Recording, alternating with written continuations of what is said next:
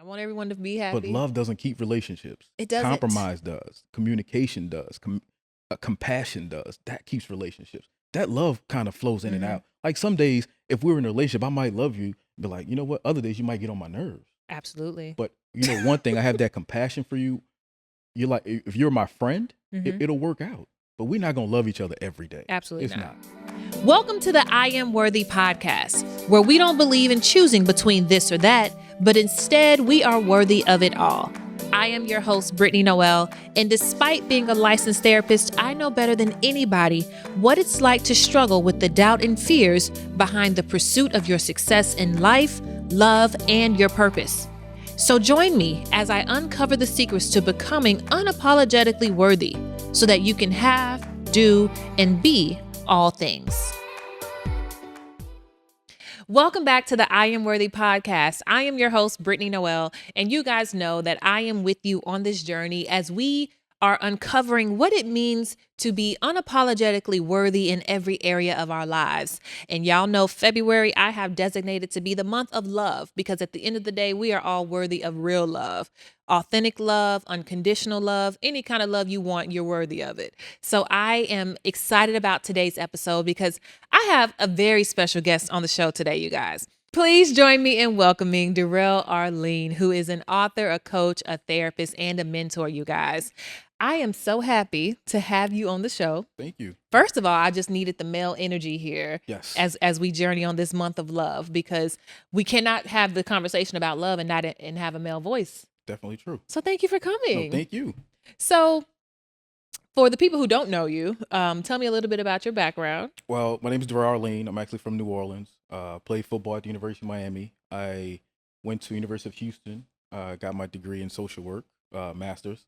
And I've just been on around in social service for the last 10 years. Yeah. And I found you on Instagram. I find all my guests on Instagram. Yes. Okay. We've been following each other for a while now. You know, we give each other virtual high fives. Yes, all the time. Often. Right. But I wanted to have you on the show because you post a lot about mental health, Yes. but specifically you really focus in on Black men healing from past traumas, insecurities, and really healing so that they can show up as whole in their relationships. Yes. The reason was, I went through a divorce and I'm telling you, it was tough. And I remember my mom telling me, she was like, son, do not go out there and hurt nobody's daughter. So I kind of like, what do you mean? She was like, you're broken right now. And until you heal yourself, you can't go out there and be with anybody. Because relationships, divorce, it's tough going through it. Yes. Especially divorce with kids. Right. So I took almost 2 years to basically heal myself. Wow. No relationships, no anything, just to work on myself, to try to get myself from brokenness to wholeness. Wow. Yes. What did you learn in those 2 years? That I don't have all the answers. And it's a thing, like you being a therapist, you know how this is. So who helps the helper when they need help? Yes, God. So it's a thing where I started journaling and writing. So in the aspect of doing that, I kind of found a way to heal myself, basically. So I started journaling.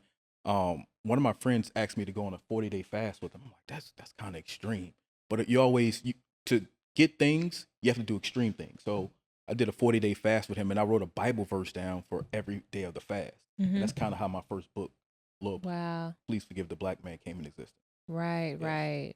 And why did you choose that title, Please Forgive the Black Man? It's so much. It's not only just for Black men. It's the things that we've done.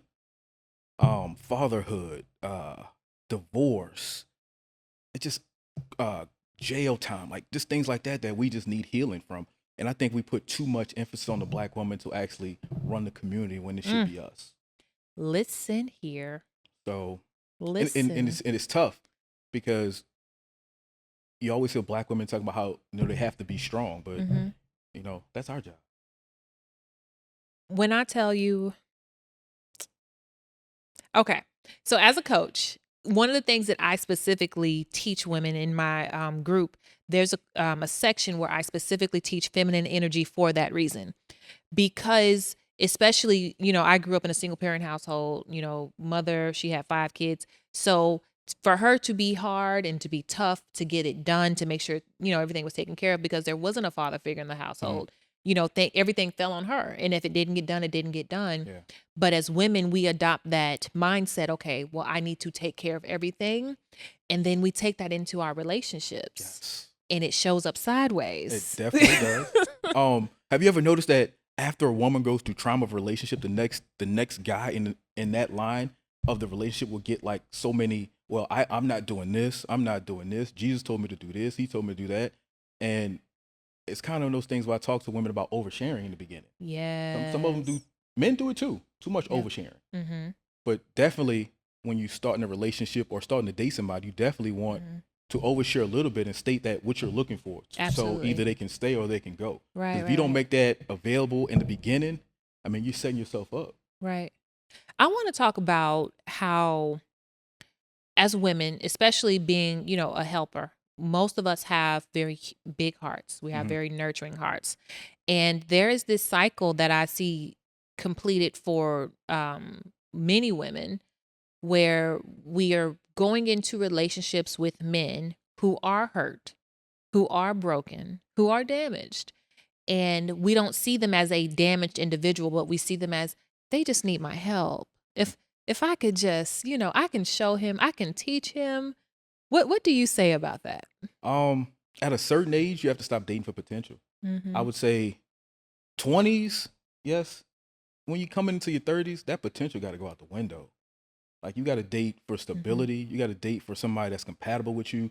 And if you don't, it's going to be a revolving cycle. It's going to be every 2 years a new relationship. It's tough. It's tough. And I'm not bashing black men because I'm a black man. I've been through most of this stuff myself. I just know that we make it even harder because we're not always, the communication it's tough. Right. Coming from a standpoint of, we've always taught not to cry, not to show your emotions, things like that. So how can you tell a man to show his emotions? I mean, when you get married, like at the drop of a dime, you're supposed to communicate when you show your emotions when he haven't done it his whole life. He hasn't done it. So, he's not emotionally available. Well, sis, he ain't been emotionally available his whole life. So what you think marriage is going to do? Exactly. That's what counseling and getting to know that person and laying that foundation of that is for. And I was susceptible to that in my marriage. Like, I didn't think that I was emotionally available. So, and I think as therapists, first of all, we look at this totally different. I always say my first dates are very different from everybody else's first dates because the questions are different that you ask. Yes. What questions should women be asking to figure out, okay, is this guy in a place that I can even say he's ready for anything serious or, something that is substantial? How do we get past those surface level questions? I think women should actually, you should tell him what you actually looking for. That's the thing. I think you going on first dates and beating around the bush of asking questions, not the tough questions. I mean, it's going to do you a disservice. Like, how long do you want to wait? Like that's one thing I never understood about the whole thing in women dating is, they overshare some things, but they don't overshare the things that needs to be said and started in a relationship. If you going on a date with a guy and he's just a habitual dater, that's not going to do you any good. You're just going to be another number. Right. So it's definitely ask those hard questions in the beginning. If he stays, he stays. If he goes, he goes. He wasn't meant for you. What's an example of one of the hard questions that they should be asking? I would ask, are you still currently in a relationship? I mean, are you married? Does someone believe they're in a relationship with you? Yeah. I mean, it's simple. Are you married? It's so sad that you have to ask those questions. Yes, you do. You do. In Houston, you do. You have to ask that. Houston. You have to across ask the nation. How many kids you have? How many baby mamas you have? Right. I know it's sad questions, but you have to ask. That's very true. You have to ask. Like, at what point after the 6th or 7th date you're gonna ask? Then at that point, you're probably starting to like him a little bit, and it goes downhill from there. Absolutely. So you have to ask. So what would you say for the women who probably, ask these questions too late? Now they're emotionally invested and they're realizing that this is not the ideal situation for them to be in. How can they start detaching themselves from it? First, if they do want to detach, if they don't want to detach, they have to figure out, do they want to do the work to learn this person, the communication level and all that kind of stuff. And if you do not want to do the work, I mean, I don't say ghost them, but you just have to let them know at this time, like, you're not what I'm looking for. Right. And I think, because I've always said, especially because I taught relationships with men for 4 years. And so I always, and this is where kind of my heart for men came, because I would hear their side of the story. Yes. Because they definitely have a side. We are not always. No. No, not at He's all. like, no, No. absolutely not.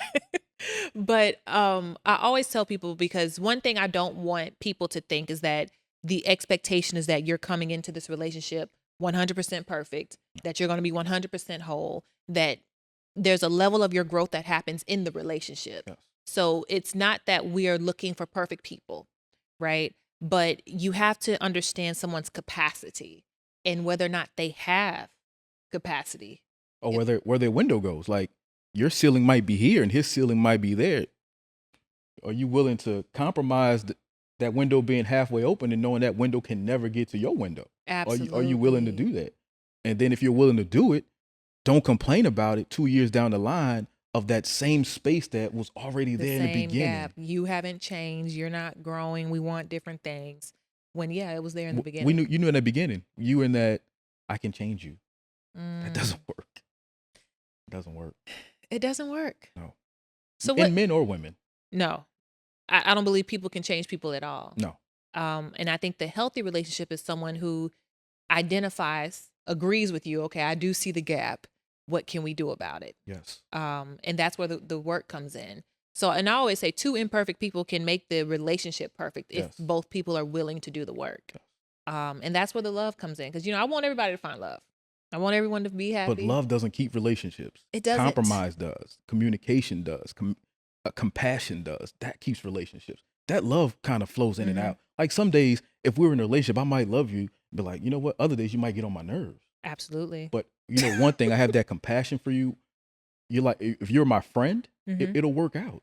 But we're not going to love each other every day. Absolutely It's not. Do you believe in purpose partners? I do. You do? In what sense? I believe that you have to be on the same wavelength as a person. So if I'm a kind of person where I like to go do stuff in the community and do things like that, and you don't like to do that, that's something that we don't have in common. Right. So I believe that my purpose actually is to help men and to heal men from brokenness to wholeness. So if you don't have that same giving and caring compassion for women or kids, we're not going to be compatible. Like, if you don't like to go out and do community events, we're not going to be. Right. Because that's where your heart is. Yeah. Okay. Definitely not. Awesome. So if you identify a partner before you find your purpose. That's tough. Because, it's most of the stuff with men, we're physical. So if we see something we like, we'll kind of wait. That'll be on the back burner. You'll see the physical thing, you'll talk to whatever, and then you'll kind of address those traits after. Right. But sometimes it's too late. Sometimes it's too late. So you just have to, right now, at 41 years old, like, I have to date with a purpose. You do.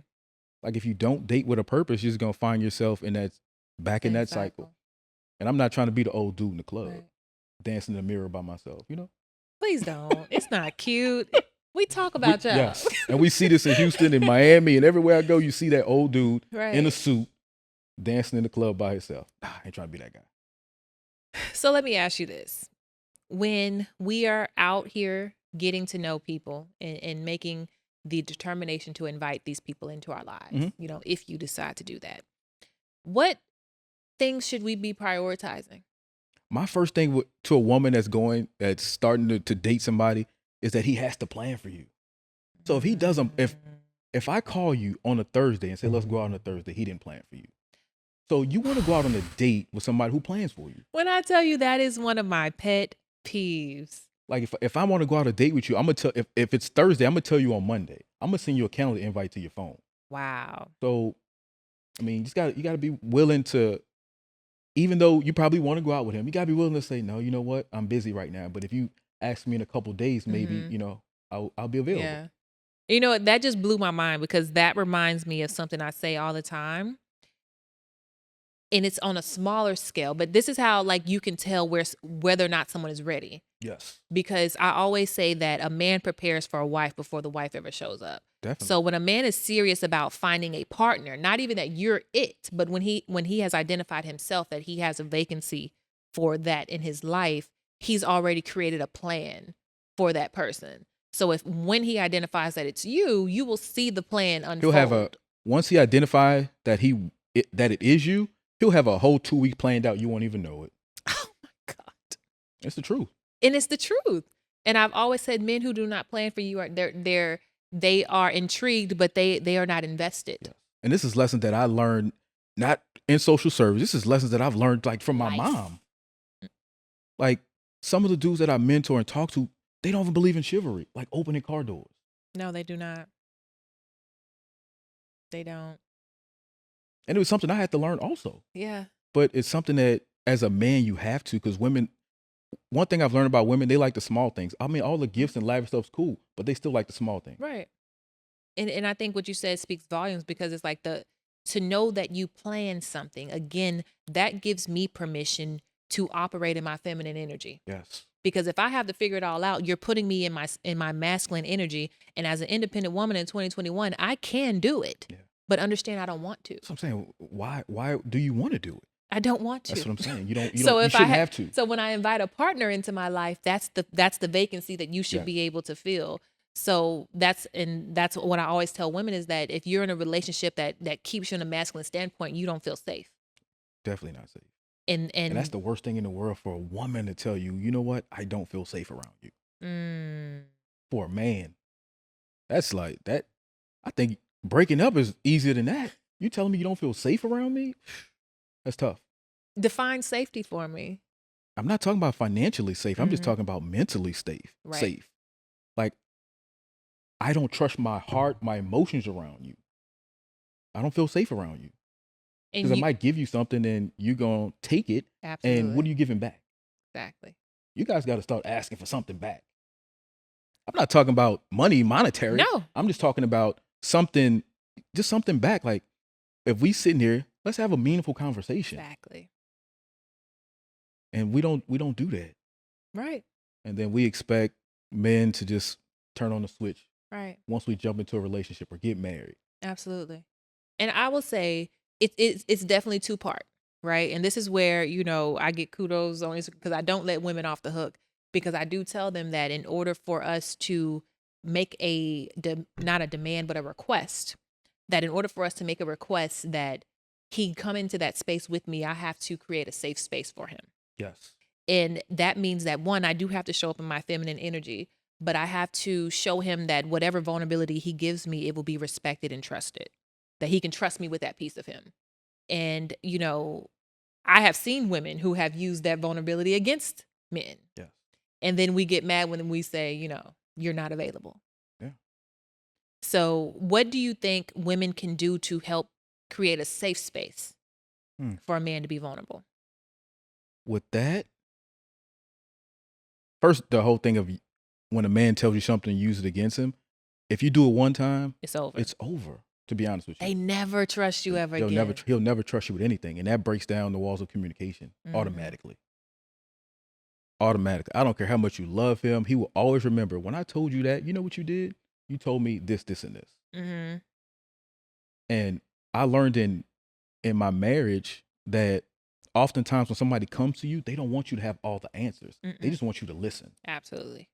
And as a man, we always have that where if you come to me with a problem, I'm gonna try to have a million solutions when you just want me to listen. And sometimes it's vice versa. Men just want you to listen. We don't want all the, you should have did this or you should have did that. That's not what I'm asking. I'm just asking you to hear me out. Absolutely. Because after this one time you hear me out and you tell me, well, you should have this way or I would have did it like this. It's Why didn't you automatically just a ask wall. me? Yeah. It's automatically a wall. Wow. Automatically. It could be I'm coming to you for help for something, and you make me feel like I'm the worst person in the world because I didn't tell you. It's over with. He's gonna find that emotional availability with somebody else. To be honest with you. Yeah. Okay. So don't use it against him. Be his listening ear. Yes. What else?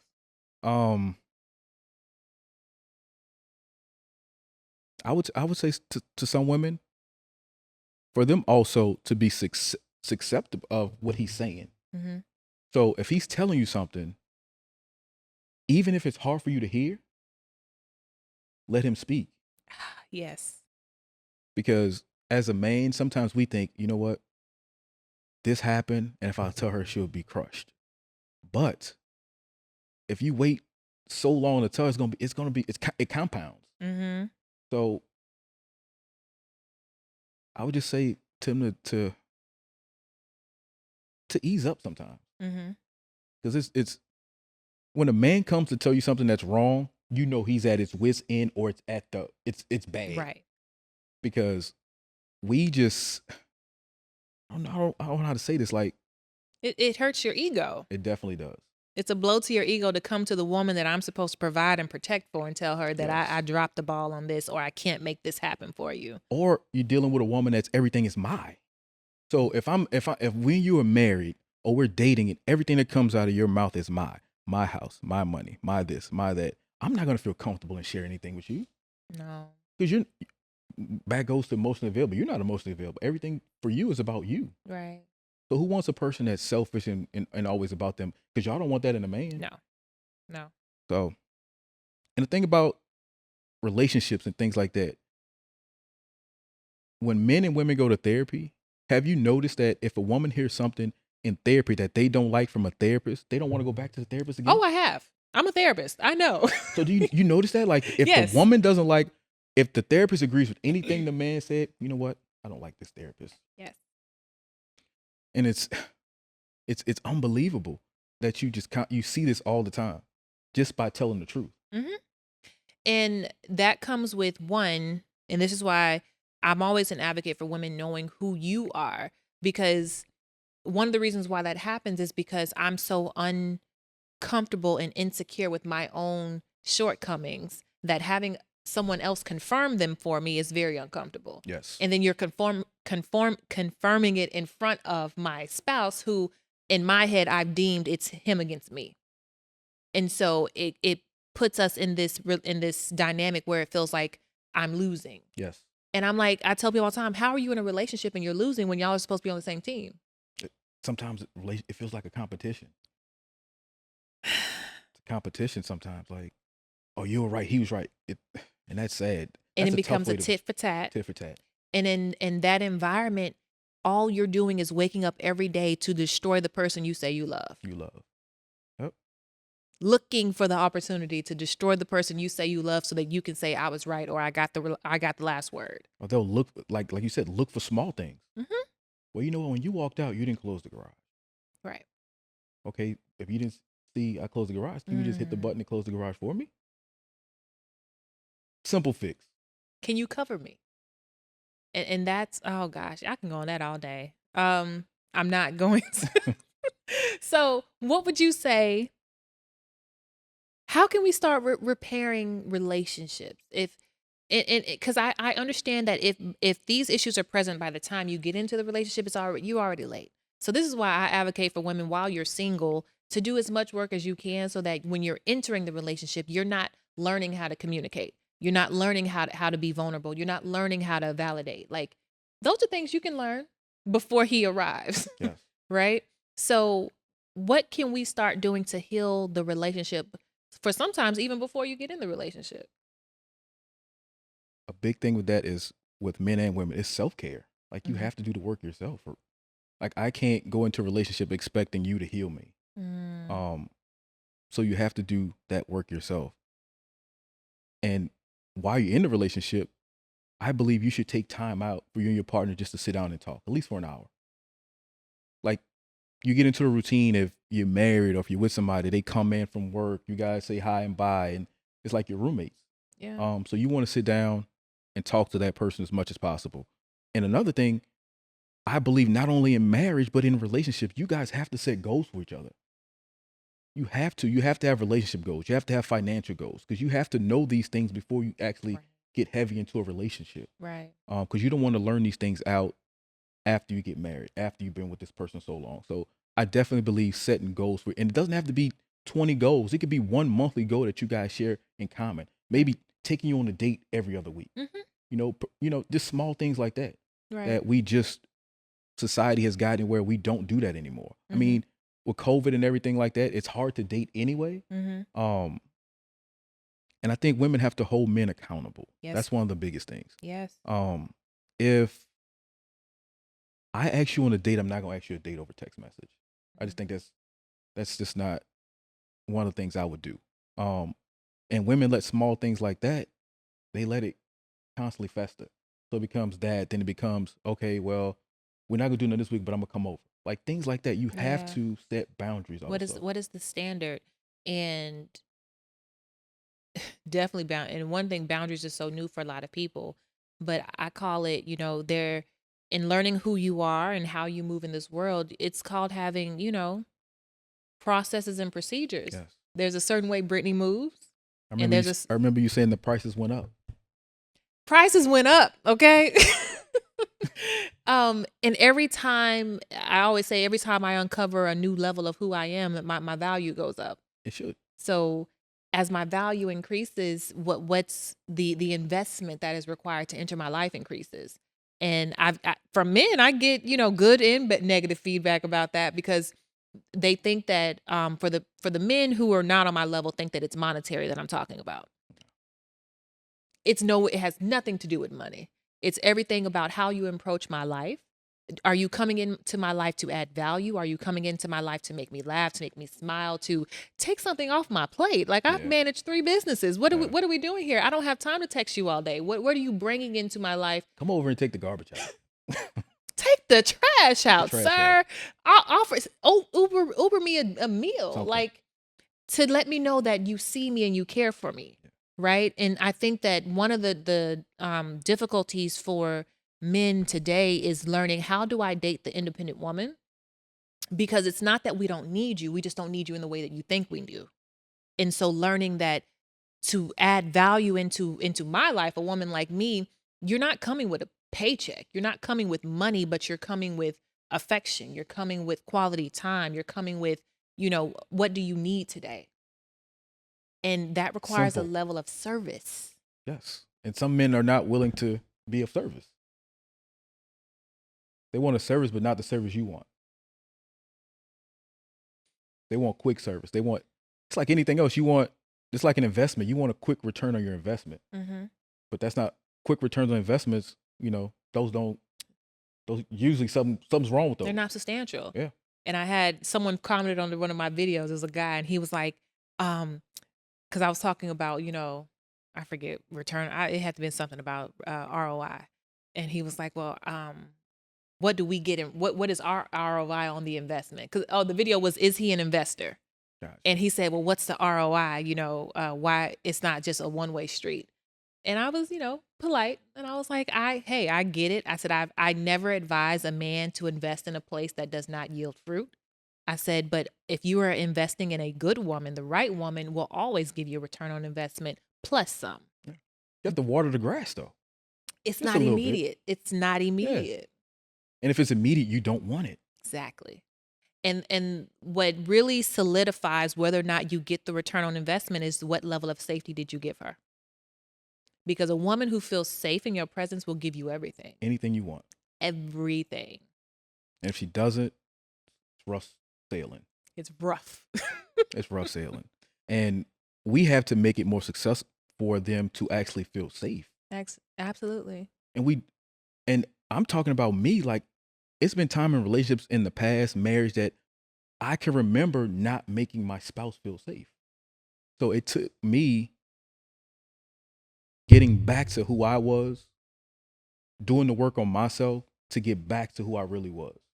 Because in life, like, things changes, like money changes, right. Situations changes, like, but we have to get back to the basics of relationships, of chivalry, of dating and stuff like that. If we don't, it's going to be a constant door of divorce. Absolutely. And like me having a young son, I want him to see that his dad was healed from brokenness, from a divorce, but it didn't affect him or the relationship with his mom. Right.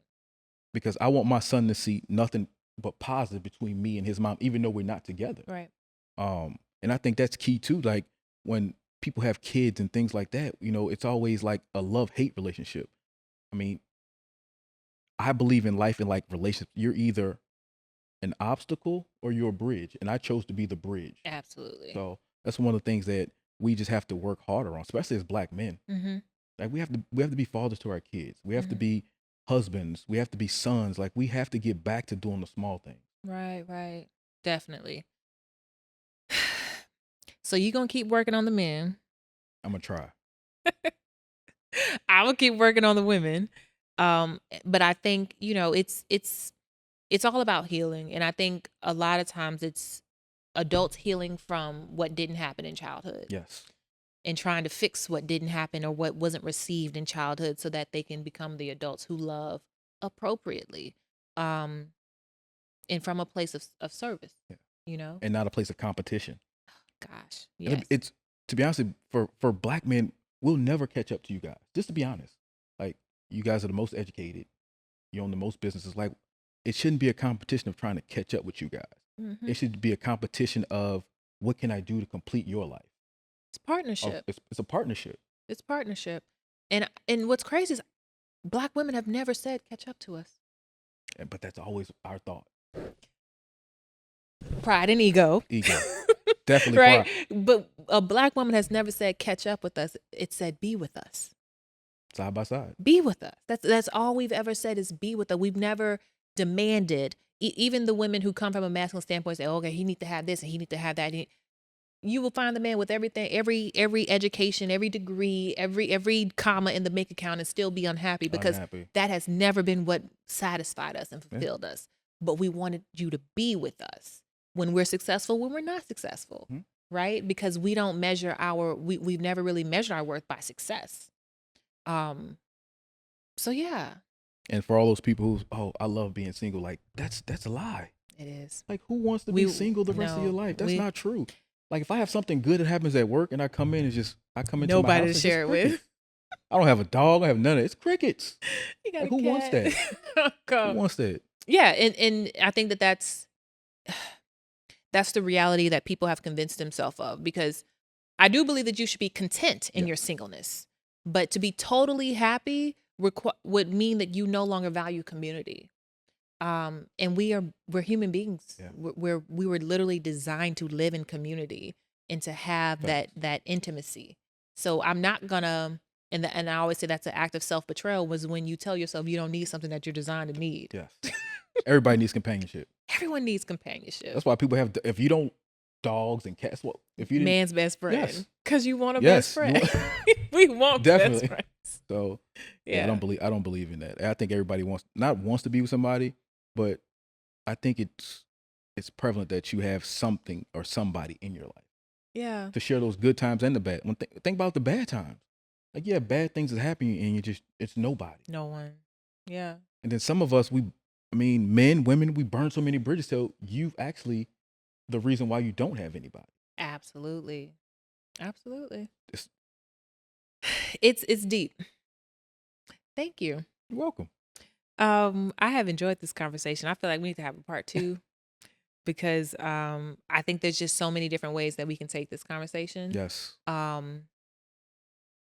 Yeah, there's a lot of ways we are going to take it. It's about healing our community. Mm-hmm. And that's the thing, like you want to be a pillar, not even a pillar, like a cornerstone of showing people that good things, you can actually come back from bad things. Absolutely. Like we all have been through traumas, and it's just, how do you choose to steer your life from that trauma? Mm-hmm. And that's the only objective, is to be here and be happy. Right. And not be alone. Like who wants to be alone? Right. And the key to really inviting people into your life is learning how to become the highest version of who you are. Who you are. Because people are attracted to your light. And for women, I work with them on teaching them to stop stifling their own light, minimizing themselves to fit the needs of someone who's broken. Yeah. You can't heal broken men all the time. It's too, like, oh, it's exhausting. It's exhausting for a man who was broken. So just imagine you trying to heal him from something that he doesn't even know that's going on. Right. And sometimes they don't want healing. Let's just That's start true too. there. Sometimes they don't want it. And then there's times where if you see he doesn't want healing, it's time to go. Time to go. But some women will try to work through the brokenness. And you Mhm. know what that becomes? It becomes them being broken. Mhm. Now Yep. you got two broken people. Just And out you know in the what? See, world. and most of the time as men, what we do is we going on to the next. We gonna leave you broken. So Absolutely. you're gonna have to fend and heal yourself. And I mean, I'm pretty sure like some of the women that you Mhm. mentor and talk to and counsel, like they've been in this situation. Yeah. Yeah. Definitely. So I'm gonna ask you this question before we depart. Go ahead. Because for women who have, like you said, they've gone through those bad relationships, they've healed, and now they are re-entering into the dating world as a whole, as a healed whole individual, right? How can they differentiate between the men who are on their same trajectory and the men who are not? What should they be looking for? Hmm. I would say look for a man who's ready for what you're ready for and ready to actually enter into a relationship. Mm-hmm. Because they got some guys that just want to date. So you definitely have to ask those questions about, what do you see? What do you see yourself doing? Like, are you looking for a relationship? Are you looking for a long-term relationship? Because if you don't, it's going back into the cycle of So that's question number one. Do you actually want a a relationship? relationship, or are you just Mm-hmm. here to date? Mm-hmm. Because if not, guys who are just there to date, what that means. Yeah.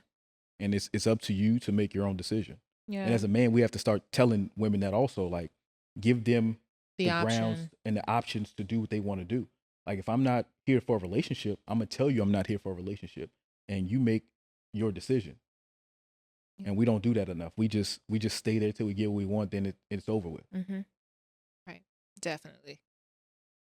I agree with you wholeheartedly. Yeah. And